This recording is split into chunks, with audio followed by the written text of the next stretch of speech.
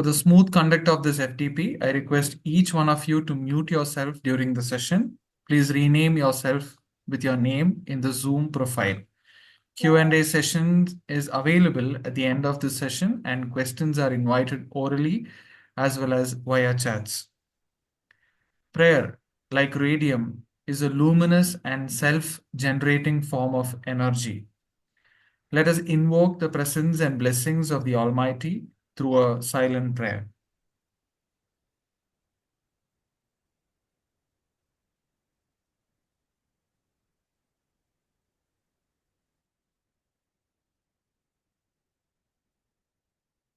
The soul should always stand ajar, ready to welcome the ecstatic experiences. Distinguished resource person, esteemed faculty members, participants, and my dear students. It is our immense pleasure to welcome you all to the last day of 7 days national level virtual faculty development program on innovative education, integration of SDGs in curriculum framework. If you want to lift yourself up, lift up someone else. I'm delighted to welcome Dr. Jonas Richard, Head, Department of Social Work, and Dr. Madhu Dhruvakumar, Head, Department of Commerce PG. We welcome you both. Wisdom at the bottom of a well sees further than intelligence at the rooftop. To offer us an in-depth wisdom, we have our esteemed resource person, Ms. Ramya B. We welcome you, ma'am. I wish to welcome my colleagues from both the Department of Commerce PG and Department of Social Work. I am well supported and surrounded by positivity by my colleagues. I welcome you all, dear colleagues. I deem it a privilege to welcome the participants of this program. They have been a harbinger of hope for us. Welcome, dear participants. Last but not the least, I welcome my dear students who are part of each and every program in the department. Hearty welcome, dear students. I'm delighted to welcome the resource person of the day, Ms. Ramya B. Ma'am is the Associate Professor and Head, Department of History, as well as the Associate Director, IQAC at Kristu Jayanti College, Autonomous, Bengaluru. Ma'am's expertise lies in teaching Indian history, history of Europe, international relations, human rights, tourism, and women's studies. Ma'am has mentored 20 plus institutions in improving quality processes and working on NAC accreditation processes. Ma'am initiated an active MOU with Center for Global Conflicts and Peace Studies, National Institute of Advanced Studies, NIAS, Bengaluru, and have organized 15 workshops and weekly publications in magazines. Ma'am has served in various roles as a Secretary of Academic Council and Teachers Council, Chairperson, Internal Complaints Committee, Core Committee Member of College Accreditation Team, Core Committee Member of NIRF and other institutional rankings, Member of Board of Studies currently serving in 3 colleges, and Member of Board of Examination currently serving in 4 colleges. Ma'am's profile clearly tells us that her heart is closer to the institutional goals and commitments. She is an example for academicians like us. Dear Ramya ma'am, we request you to take over the session. Over to you, ma'am. Thank you, Dr. Cherian, and it's a great introduction. I would work one day to be the way that you have described me today. Thank you for the lovely one note. And I also like to thank Dr. Madhu Dhruvakumar and Dr. Jonas Richard, the co-organizers of this wonderful FDP program in collaboration with the United Nations Academic Impact Hub #1 of Kristu Jayanti College. It's a wonderful opportunity given to me, and I take this imperative that we look into the policy advocacy and institutional commitment that we are showing for the fulfillment of SDG. So that the topic of today's session is on policy advocacy and institutional commitment. Our FDP is about implementation of SDG and integration of SDG in curriculum. So I'm trying to focus policy advocacy and institutional commitment with relationship to our FDP purview, because policy advocacy is a very vast topic.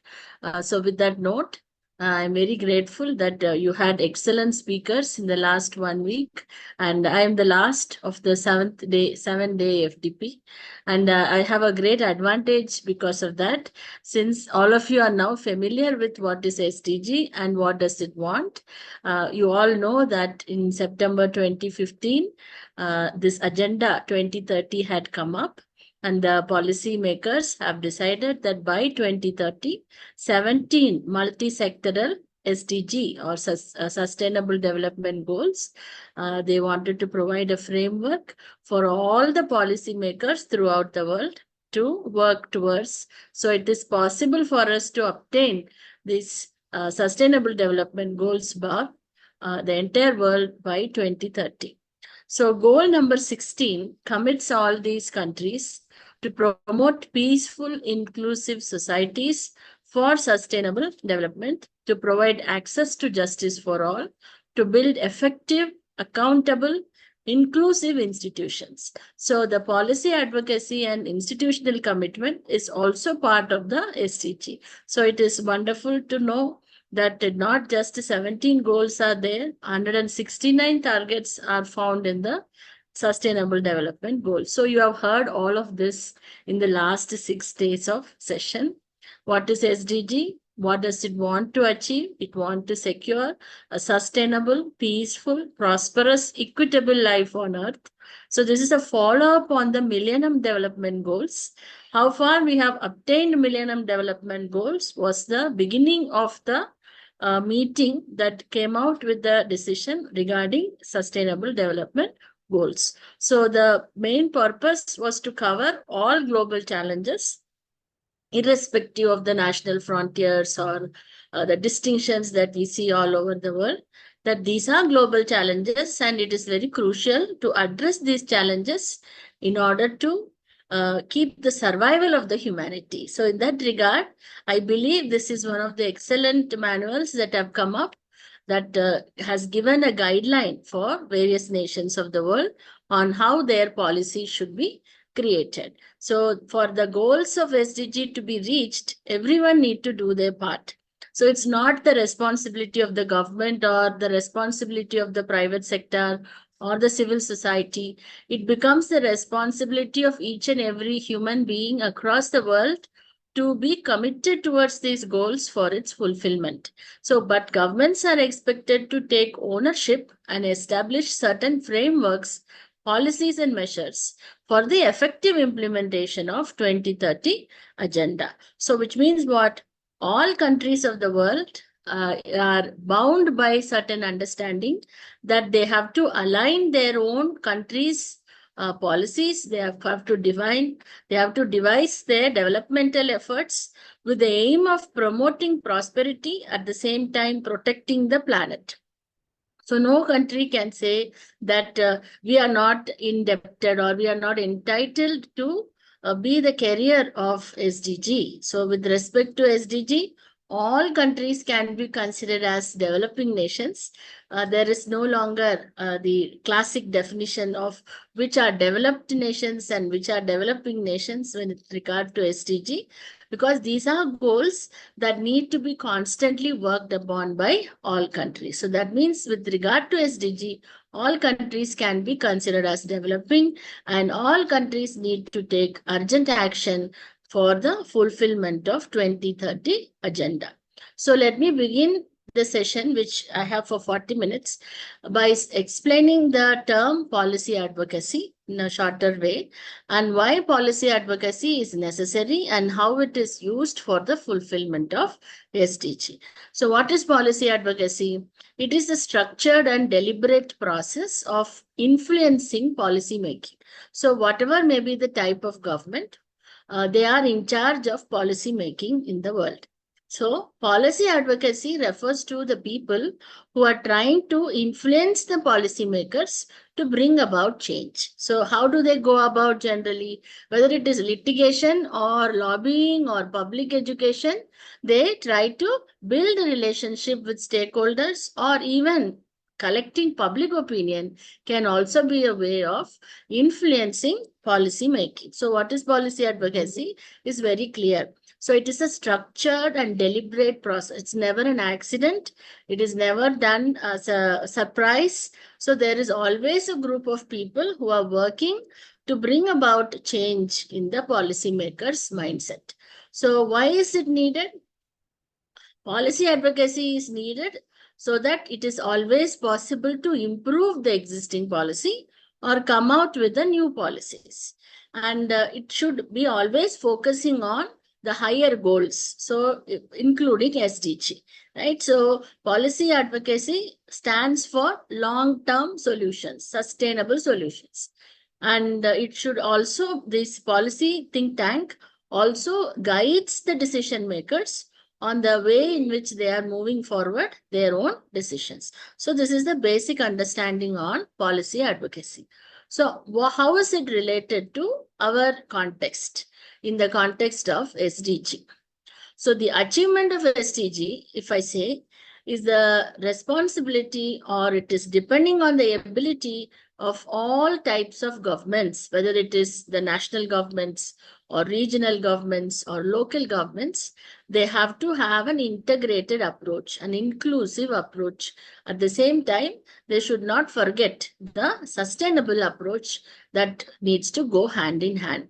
We have hearing a lot of issues in the world with regard to the challenges that come up with the developmental agenda and the sustainable agenda, right? So right policy should guide the policymakers to balance developmental agenda with sustainable agenda. So they both are not conflicting agendas. They both need to go hand in hand in order to retain the world possible as long as possible.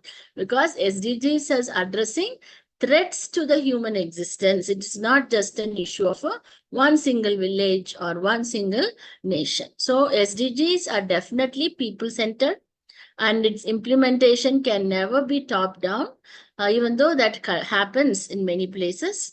Instead, this SDG implementation should be driven by the people from bottom up. So the bottom-up approach works better. And so therefore, all those entities involved, state actors, non-state actors involved in the developmental agenda or sustainability agenda, need to work in partnership and make collaborations across sectors, so it is possible for them to work together and create the desirable change that we want to have by 2030. So that is my understanding on why we need to focus on policy advocacy for the promotion of SDG.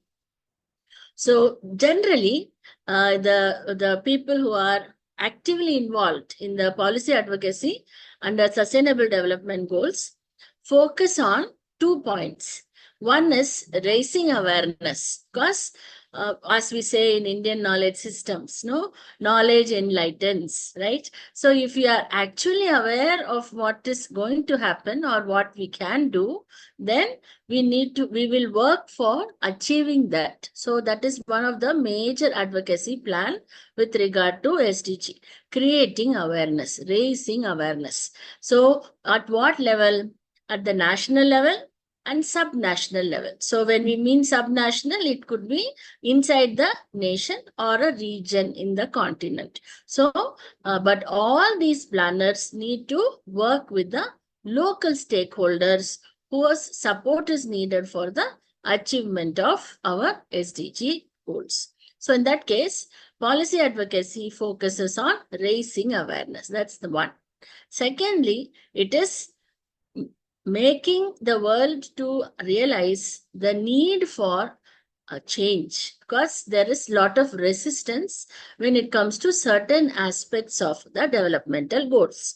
So these are the second important advocacy plan would be to advocate for change, that all changes are not bad, changes are inevitable, and it is necessary to influence the changes in such a direction that it will lead us for sustainable growth and development. So you get the point. So these are the two major aspects in which policy advocacy works on. First, create awareness, and secondly, create groups that would advocate for change. So these groups can be as simple as student clubs or committees or the trade unions, or it could be an association of people likely involved in a particular region. So NGOs, policy think tankers. So that way, these are all people coming together for effective change. So this is the two major angle in which we are trying to advocate policy in the context of SDG.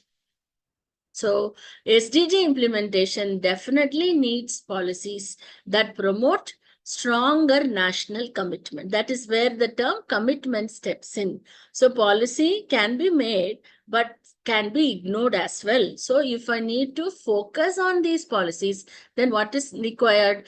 Commitment by the people in power to work on those policies and bring about desirable change. So it requires national commitment to give legal framework. So it becomes easier for me to comply rather than easier to disagree. So the legal framework sets me in a wisdom. So I would be able to direct all my process and through that policy framework. So it should also be given, the national commitment should also be shown by providing the required resources, including financial grants. So an integrated multi-level approach is required for the successful implementation of SDG policy. So these are the basic framework that we need to understand with regard to policy advocacy and SDG. So why do we need it? As I keep on saying, it is necessary to address the pressing problems. Okay, and these are problems that cut across different sectors. It is not influencing just one sector. So if there is a policy guideline, it becomes easier for all the types of stakeholders to have a focused approach, and they can coherently apply the policy and implement the policy. So they will be able to bring about institutional reforms and carry out innovative approaches for the implementation of the policy. So that is the takeaway that I want to talk about. In one of the sessions, we had listened to a speaker who had highlighted about sustainable development approach with regard to education. So we call that ESD, Education for Sustainable Development. So I'm taking this as an example to say how advocacy approach has been applied in the context of education. Since most of us, all the participants that I see now, 65 of us, are far from the education background, right? So when we talk about education background, how did that advocacy work out? That all educational institution, whether it is preschool or whether it is higher education, whether it is formal education or non-formal education or informal education, they say that we should consider it as our responsibility to deal with the matters of sustainable development and focus on providing education that fulfills sustainable development goals through our education, right? So ESD comes out with an education plan that matters, relevant to each and every learner. So one of our primary objectives of our learning outcome statements should always be about how sustainable development agenda has become our focus. So that is the understanding. So the policy makers can give a framework so that each and every sector can come out with their own plans and they can do their part in the fulfillment of the objective. Okay, so integrating ESD in policy, strategy, and programs have been very well seen all over the world. How the Ministry of Education takes into consideration of things and how sustainable development had become a major agenda in framing of educational policies throughout the world. So whichever is the national agenda, it also includes sustainable agenda. So for example, what we currently talk about as competencies. Right. So all these are not random thoughts that have come up. So I would like to say, acknowledge the role that 2015 plan had also made in the field of education.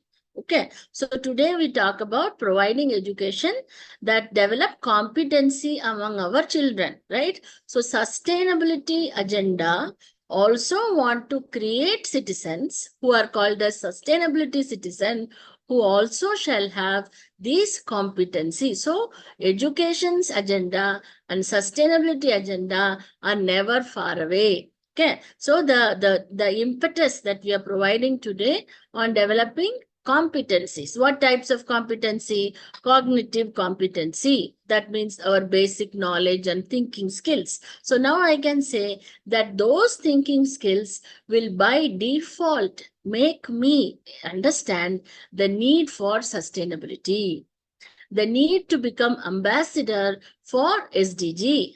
So that is the level of cognition that I am developing as a learner in an educational institution, right? So same way, socio-emotional domain or competencies which fall under social and emotional competencies. That means the social skills in short. So what am I learning? I learn how to deal with myself, how I deal with the people around me, how do I collaborate, how do I negotiate, how do I communicate. Don't we think all these are essential for sustainable development goals as well? So that means there is a policy framework that has influenced the world of education to come out with the importance of competencies in the education domain as well. So what does behavioral domain competencies do? These are the action competencies. So not just as a follower, I would also be part of the mission that would be actively practicing sustainable development goals and ensure I do things in that way only. So I think in a systematic way that I'm able to recognize, understand the competencies that are required. So if there are any questions, please note down or you can type in the chat box. If I can answer in between also, I shall do it. So I admire few nations who have been very successful in creating policies, and policies never yield success within 1 or 2 years. It takes minimum a decade to see the results of certain policies. Okay, so Costa Rica is one small nation that had come out with a plan called as National Commitment on the Decade of Education for Sustainable Development. So what are they trying to do? They want to make education as a medium of change. So by culturally, I am going to influence my children that they become ambassadors for sustainability. Where is Costa Rica? Why am I talking about it? It's one of the smallest countries in Latin America. Probably many of us have not heard of it also, but it contains 5% of world's wildlife. It contains more than 5 lakh species unique to this world in Costa Rica. So that means if Costa Ricans decide not to protect them, it is not just a loss for the people living there, but it is a loss for the world's ecology also. Okay, so the government of Costa Rica coming out with this decision that they will make sustainability agenda part of education has yielded lot of good practices. Okay, so currently, Costa Rica is 98% free of deforestation. In 2017, this country set a world record by running the entire country on renewable energy for 300 days. It would not have been possible without their educational agenda. That's what we say, the value of policy making and how it influences on a longer run, a generational change, a cultural change in that country. Like this, we can list a lot of case studies. Okay, so for example, Mauritius. Mauritius came out with a national curriculum framework in 2008, and they are also very clear to say that sustainable development shall be the guiding model for Mauritius to work on their educational policy as well. Greece has created 46 different centers for environmental education and sustainability. And what are they focusing on? Training the teachers who can bring influence of the next generation. Bhutan's Green School program are excellently received throughout the world. So that way, Bhutan is also one of those nations that have created a certain agenda. And if you know that Bhutan stands very high in the list of global happiness. It's very rare to see a small nation being acknowledged as a country that is known for gross national happiness. It's not individual happiness. So, and Bhutan is proud to say that it is their policy that has created a generation of people with the attitude of positiveness. So, I would like to conclude my first section on the need for policy advocacy by saying countries are still experimenting, okay, with their idea of how to implement SDG. Right. So we have few more years only, just 6 years left for 2030 agenda to be measured. So if you ask me, which is the role model nation or which is the role model policy research that all other nations can follow, then we cannot point out one model because no country has come out with a perfect model that others can emulate, copy.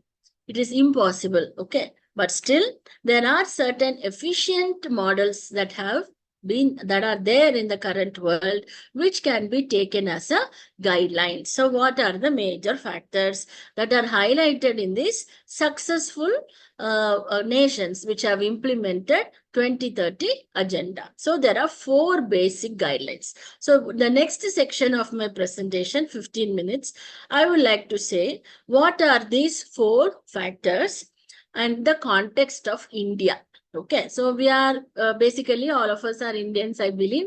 So, so I would like to focus on what efforts India has done as a policy makers, how they have come across and how they have made their best efforts and in what way that is going to help us, India, to achieve the 2030 agenda, right? So 4 important aspects are highlighted by the policymakers of the world. So the first agenda is our political leadership. So that is very crucial. If there is no stable government, if there is no stable governance, and if there is no established powers in place, it is very difficult for a nation to talk about sustainable development goals. There, the question is about survival. Okay, so the first imperative factor should be a political leadership, and we need to know who is the what is the political leadership that is assigned for fulfillment of SDG.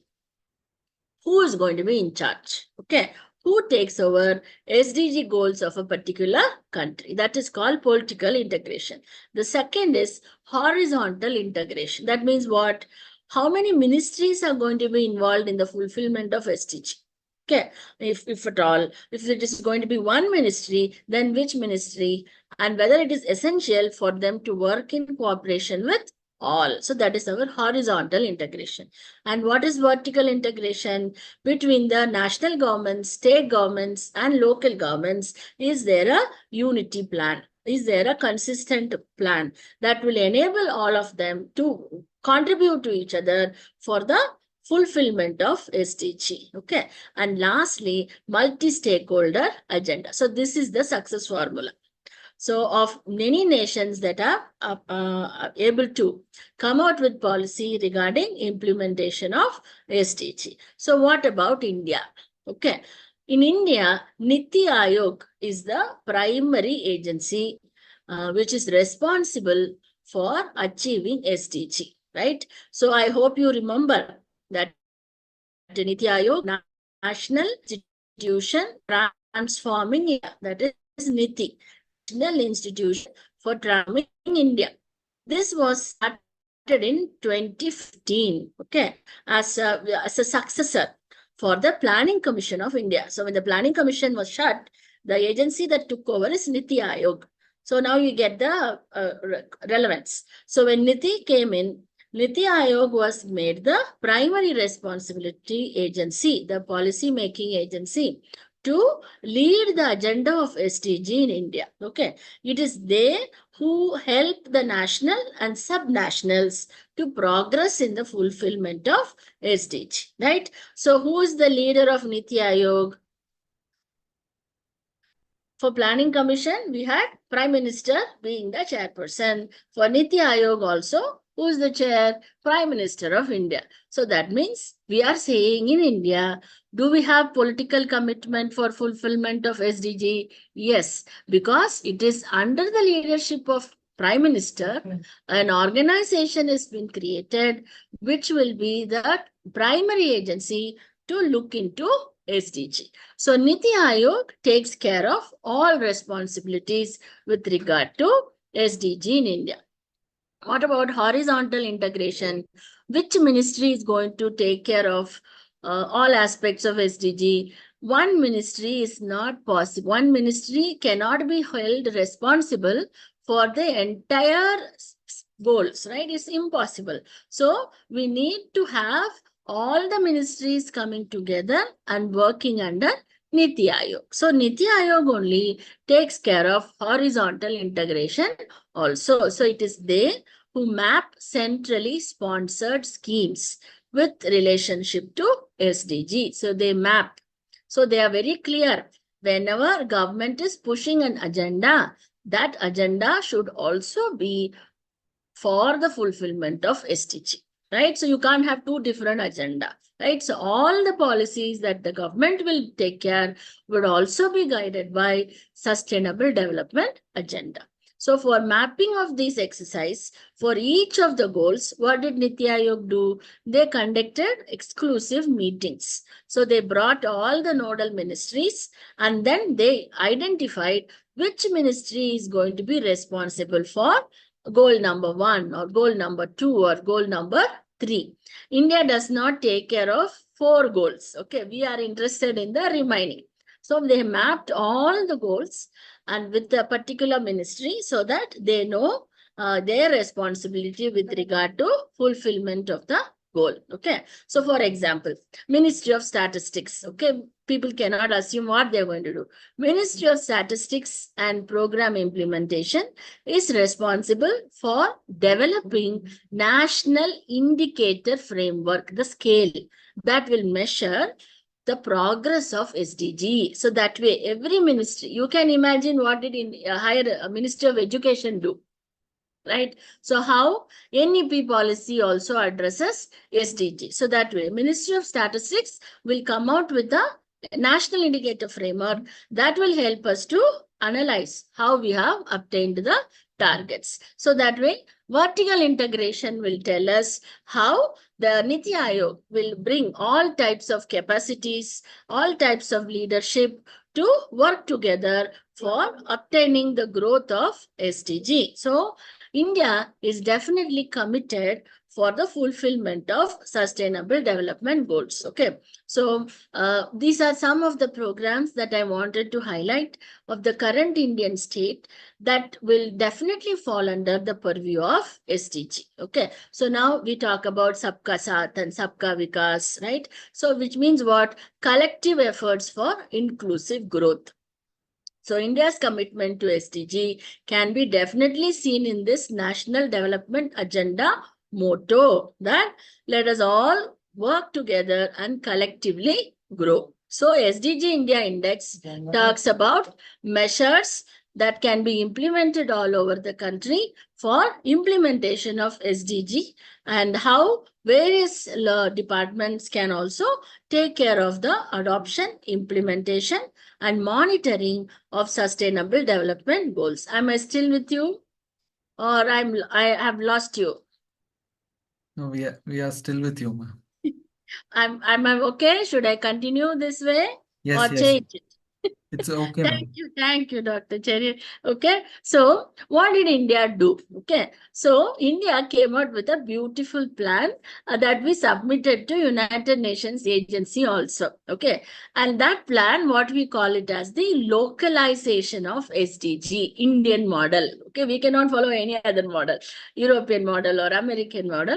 We will come out with our own model. So Niti Aayog came up with this idea. Okay, so the Indian model of SDG localization is basically it's a tribute to all our states and union territories. So they are saying 36 sub-national government, which means what?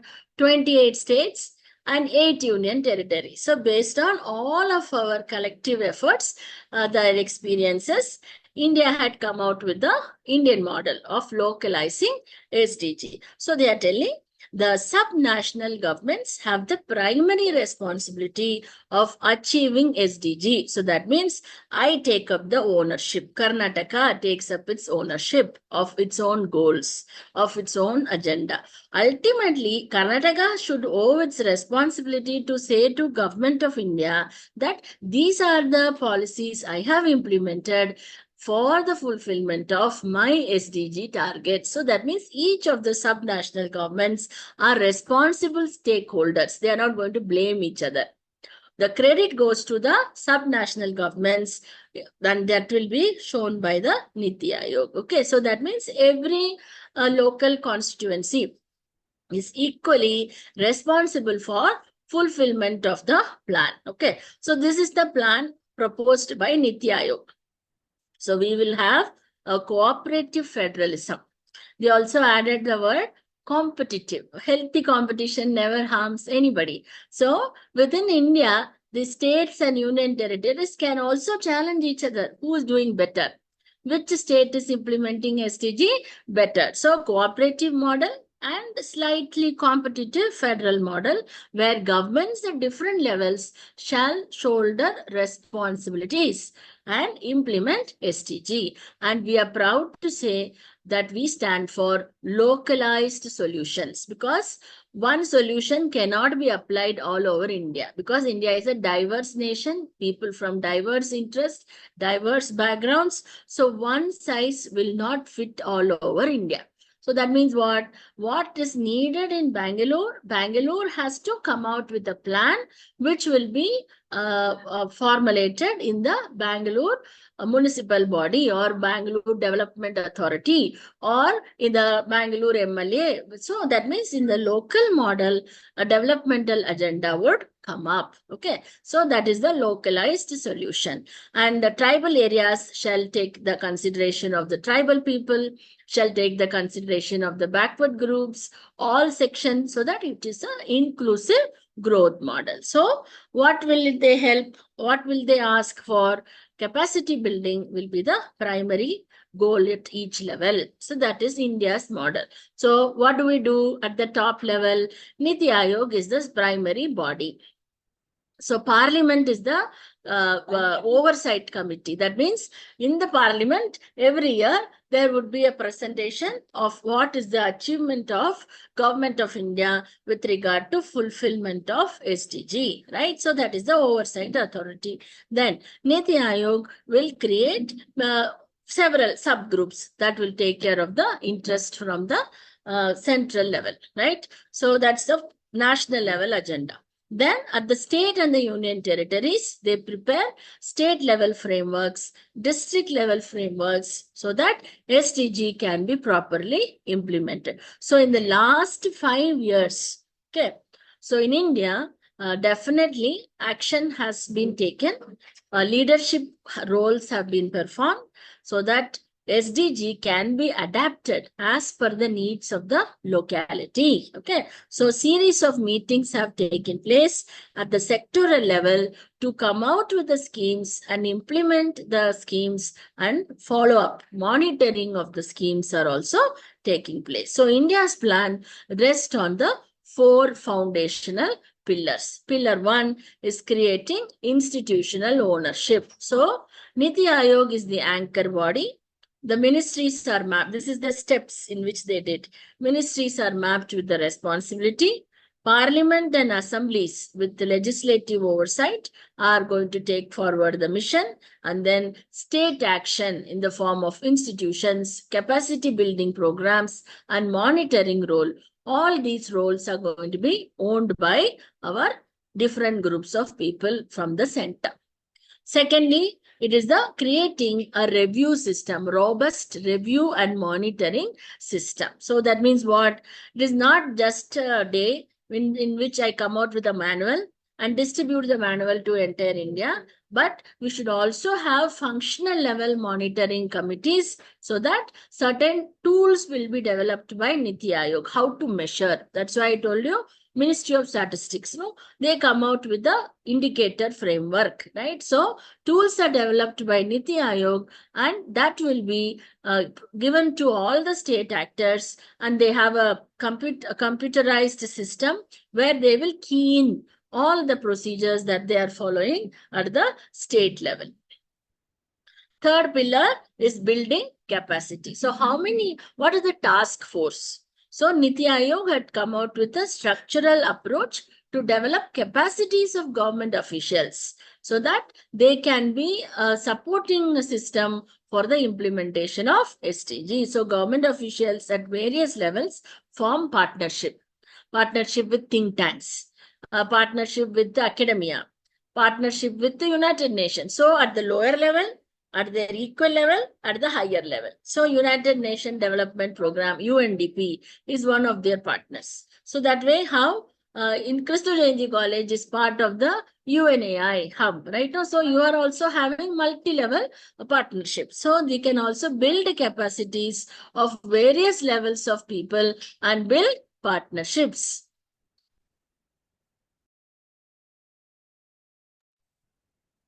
So that is pillar number 3. And pillar number 4 is promoting whole of society approach. So we talk about how localization is important. It is not the government approach. So this government through Niti Aayog speaks about that it is not the government approach. It is an approach that is needed for the people, created by the people's group and different stakeholders. So it is possible for them to come out with an agenda. Right. So it will be able to bring about a collective participation in the fulfillment of SDG goals. Any question here so far?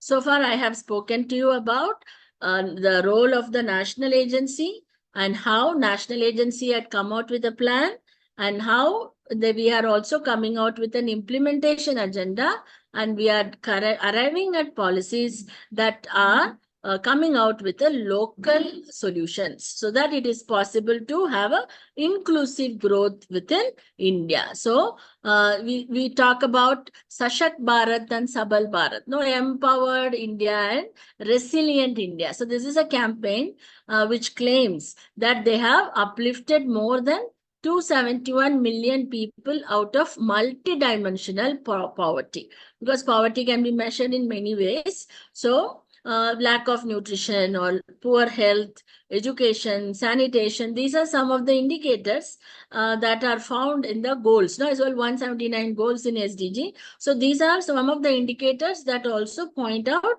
poverty level of India. So through this Empowered and Resilient India campaign, India has implemented its SDG goals. So it is possible for us to come out with certain success points. Same way, you are all very familiar with Swachh Bharat and Swasth Bharat campaign. So why did it come up? This Clean and Healthy India campaign can also be connected to the overall agenda of fulfillment of SDG.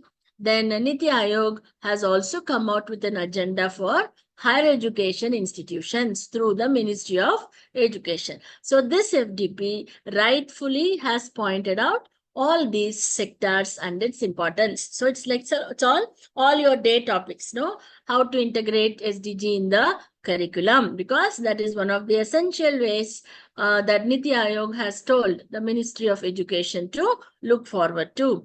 Engage more number of people in research, more number of people in collaboration, right? Capacity building, creating institutional frameworks, monitoring higher education institution, evaluating their contribution to SDG, and evaluating their community engagement. So suddenly, why would NAC as an agency start talking about extension services in a higher education institution? Why much value has been provided to community development agenda? Yesterday's session was on the community development agenda. So all this shows the policy makers thinking of what they wanted to achieve by bringing out this policy agenda. So all of you must be familiar with Atal Innovation Mission, and we don't relate that with SDG agenda, but actually this Atal Innovation Mission empowers people towards innovation or promotes entrepreneurship, which is also one of the goals of SDG, right? So that way, all the plans that government of India has come up with has been in a purposeful manner, trying to bring a change within how we approach in the fulfillment of SDG goals. Say likewise, we can also list the state of government of Karnataka and what are the various changes that they have brought forward. Okay, I shall share the PPT to the organizers. Everybody would get it. For the paucity of time, I don't want to say everything, but highlight one or two things. In the state of Karnataka, development of planning, program monitoring, and statistics is the nodal department for fulfillment of SDG. So they have appointed nodal officers. They have created nodal centers at district level, at every district. Okay, there is a chief planning officer. There is a Jilla Panchayat that takes initiatives with regard to SDG. Okay, so Vision 2025 has been prepared by the of Karnataka, where they are mapping the schemes and programs to SDG. So that is one way we can understand what Karnataka has done so far, right? Department of Planning, Program Monitoring and Statistics have also come out with a system called as New Decision Support System. Okay, so a software called as Avalokana. So that means at every district, the data is captured. Okay. So how the policy is getting implemented at the district level.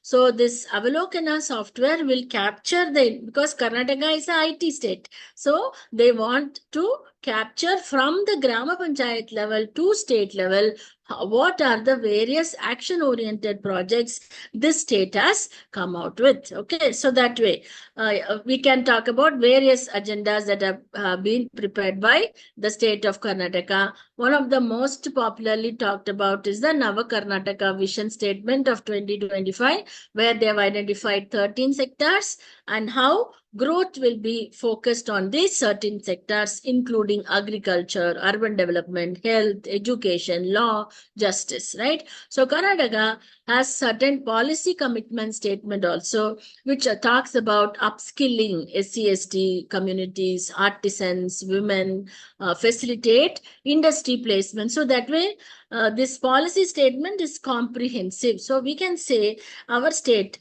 collaborates with UNDP directly. That is our important collaborating agency through which a lot of implementation program on SDG has taken place. So Karnataka is one of the states. So like this, throughout India, all the states, 28 states and 8 union territories have their proper policy making, and the commitment should be shown by them for the fulfillment of the objective of SDG, right? So that is my second section. So what is the successful plan in the world, and in what way Government of India, Niti Aayog, and as a state government, I took example of Karnataka, has come out with their own advocacy agenda of how to fulfill SDG, right? So that's thing. And I want to end with the section of NEP, our favorite topic. So as an educationist, as a teacher, it is my job also to tell you how NEP and Sustainable Development Agenda have also worked hand in hand. Okay, so it's not something that NEP talks only about education, and sustainable development should have another plan of action. So that divisiveness is not there. Okay, so the agenda of NEP, with the introduction of 5 plus 3 plus 3 plus 4 structure of school education, or coming out with a curricular framework that talks about critical thinking. Remember, I talked to you about competencies, right? So focus on multidisciplinary education or equitable education. All these agendas are working hand in hand with SDG. Okay, so SDG and NEP are two important frameworks that promise to improve the life of the people and the planet. It is not about success of one government. It is not about success of one individual. It is talking about affecting the life of all the people living currently, right? So SDG goals and NEP 2020 goals promise to transform the future by providing relevant education, equitable education, sustainable education. So quality education. SDG 4, for example, talks about inclusive, equitable, quality education. NEP 2020 also prioritize the need for high quality education, inclusive, multidisciplinary, and holistic development of the students. One more example. SDG 12 talks about sustainability. Sustainability education, sustainability production pattern, sustainability consumption, taking care of the climate change, all that. So NEP 2020 also emphasize on the importance of sustainability education, right? Innovation entrepreneurship. So SDG 9 talks about innovation, resilient infrastructure, and entrepreneur mindset. And NEP also talks about the same. So that way, India's one policy, if at all I give example of one policy, a policy that we all know, it is new educational policy that had come up. No, so that speaks about the goals of SDG. So this is how we integrate sustainable development goals with the policy decision making of India, right? So looking ahead, Government of India is trying to use SDGs for initiating systemic reforms in India. Systemic reforms means lasting reforms. It's not 1 year reform, not 3 months reform, lasting reforms, so that our policy, our process, and our institution shall be created in such a way it would withstand time and change, right? So looking ahead, we are trying to localize SDG targets. So India has invested a lot of resources for the fulfillment of 2030 agenda. And India has come out with a reform action plan so that it is possible for us to look forward for building mechanisms for our sustainability future. So reform action plans shall signal evolution of what, not just what, but translate to how to address the problem.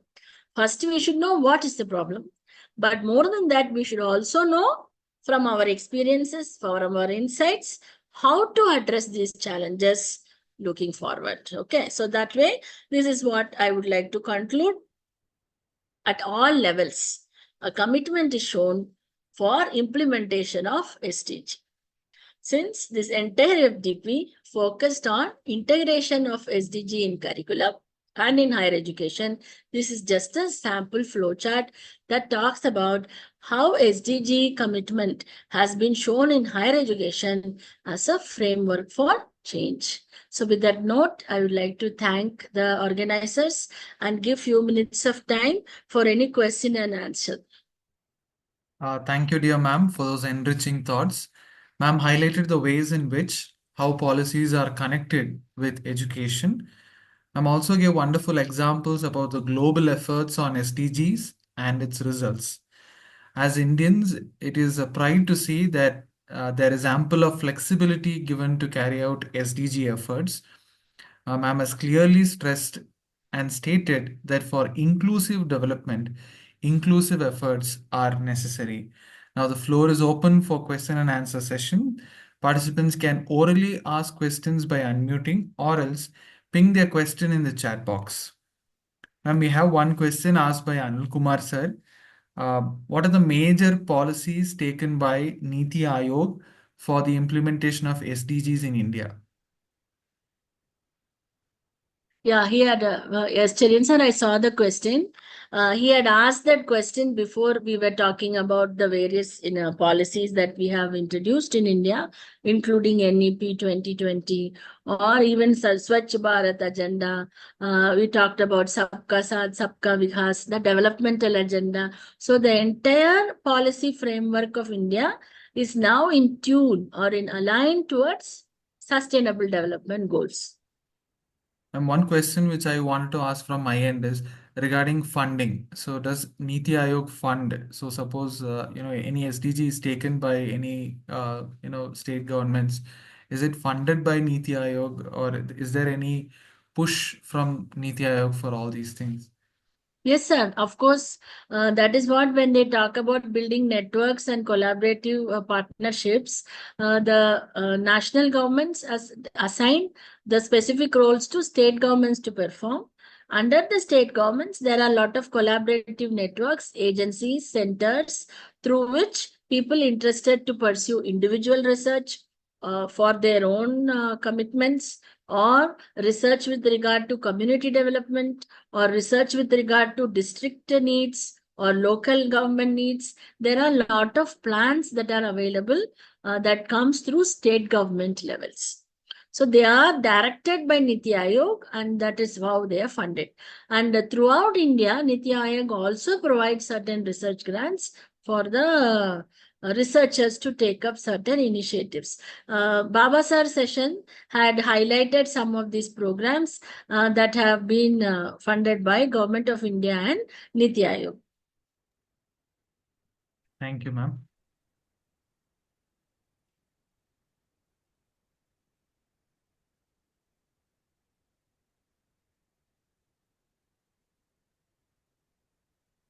I think there are no more questions.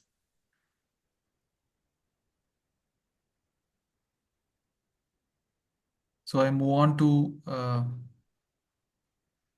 the responsibility that is over me to propose a vote of thanks.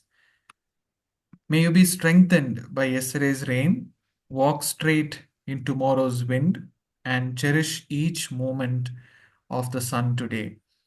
I take this opportunity to thank the management team in absentia, Dr. Aloysius Edward J., Dean Commerce and Management, Dr. Gopakumar A.V., Dean Faculty of Humanities, Dr. Jonas Richard, Head Department of Social Work, and Dr. Madhudruva Kumar, Head Department of Commerce PG. Their commitment towards fostering a culture of learning has made this FDP into a reality. We thank all of you. I wish to thank my colleagues in both Department of Commerce PG and Department of Social Work. Thank you, dear colleagues, for being there and supporting thus far. I take the special opportunity to thank Ramya ma'am.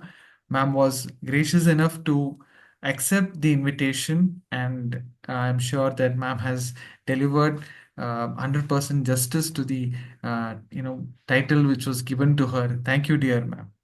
Thank you. Dear participants and students, your commitment cannot be contained in mere words. Hearty congratulations for being with us through this entire 7 evenings. Last but not the least, I thank my dear students, especially Alicia, Hefsiba, and Susan, for working in the background and are ensuring that this program reaches the beneficiaries. The feedback form will be shared now. It will also be shared in the WhatsApp group in case you missed it. The certificate will be circulated very soon. Please stay tuned in the WhatsApp group in the coming days. This is your host, Dr. Cherian Thomas, signing off. Thank you, Ramya ma'am. Thank you. Thank you.